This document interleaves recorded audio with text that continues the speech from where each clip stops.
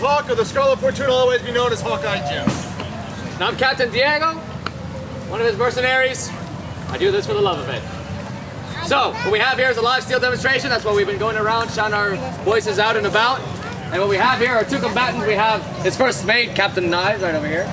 We also have James Hawk, as he's already introduced himself. Give you a small demonstration. We'll kind of break it down step by step. Now, many of you have seen in many films, Pirates of the Caribbean, such as Master and Commander, or in fact, recently the new TV series of Black Sail. Black Sail, thank you, yes. Black Sail. And you'll be seeing some live steel combat, you'll be seeing some stage combat is what we like to actually refer it to. This is a bit of more of a choreographed dance as well as providing both historical moves to create the illusion as if these guys were going full tilt and looking like they're trying to kill each other. So, go ahead, gentlemen, bring it down, bring out your weapons. Okay? So note, these weapons are not sharp, they have no edge to them, but yes, they are steel, they are metal, and yes, they can hurt. And yes, I have been stabbed a couple of times, so they can hurt. They may be dull, but remember, they still have the same weight and feel of actual steel.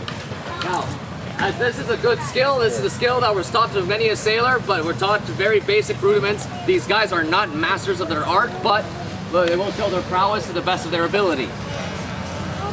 So particularly what we have here is we have James Hawk on the left. We have him with a Bowie knife of sorts. The Bowie knife itself, also known as the long knife, was used around the 19th century and was adapted into the British Royal Navy as well as used by many common sailors in that time period. And on the right we have Eric over here. We're using the common cutlass.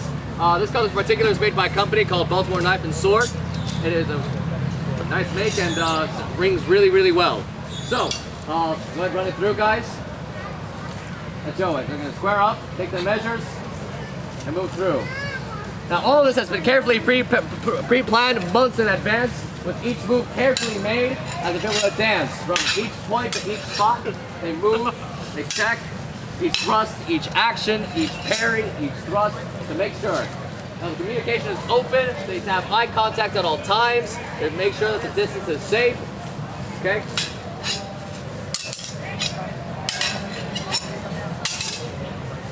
Now what we'd like to do, Anna, is we'll talk about a little bit of what the historical method here, of what he's trying to do. What he's using is a bit of reverse grip. The reverse grip of a knife was very easily accessible at any point. It was tucked in right into a sash or into the pockets of any of these common sailors. It would be drawn, it would be easily accessible at any point. So of course you're going to try and keep onto this knife as best as you can. So right here, his intent is to try and go right for the neck, and so he's going to try and shoot about 6 inches away from his body. Yes, we are skilled enough that once we practice this, we don't go actually for the body part, we go away from it as if there were a bubble around the other person. So, from this action, they move into a nice theatrical spin to create some effect so that maybe the people on the other side can show. Okay, yes, the spins weren't exactly martially sound, but they can be added in a theatrical, established, choreographed, safe stage combat fight. Next action, gentlemen. Forward. The next action, provide a nice block up top. Very nice, very nice. Does anyone have any questions, comments? Very cool. Next action, gentlemen. Very nice. And from that action, toss the knife. A nice disarm. This was carefully pre-planned.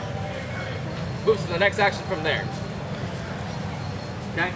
Now the situation is completely changed. Once this knife has been removed, he is completely unarmed, and we have a long 2-foot piece of steel here.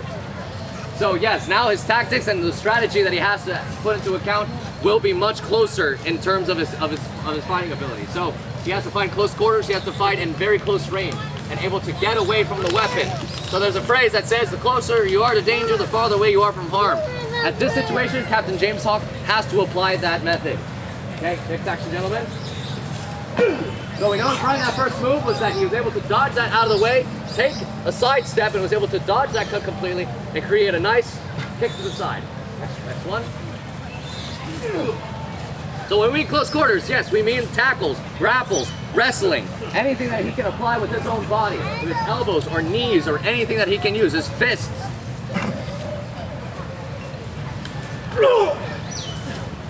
Of course, it does come with its disadvantages. The fact of the matter is that he can't get close, but obviously, Eric here is actually smart enough to actually use his own body as well as his fist to make a nice punch to Hawk.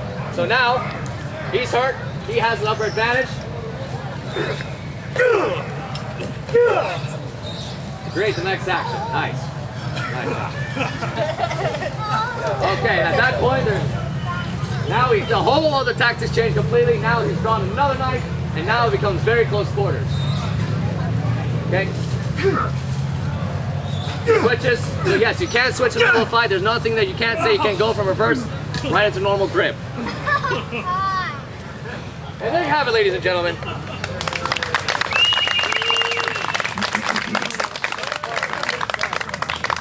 Scarlet Fortuna does weekly training sessions, such as this kind of thing of choreographing, as well as teaching the training techniques and maneuvers to do this safely and effectively, so that you yourself as a person will stay completely unharmed while you create this illusion as if you are causing harm to the other person.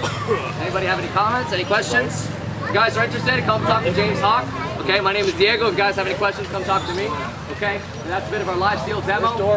We do as well also teach some of the historical martial arts, and we apply what we have seen of the historical techniques taught to sailors back in the 17th and 19th centuries, and we apply that into some of our techniques here. So, guys, thank you very much, and hope you enjoy the rest of your day here at the Treasure Coast Pirate Festival. Hey guys, Diego, we got one here. Absolutely.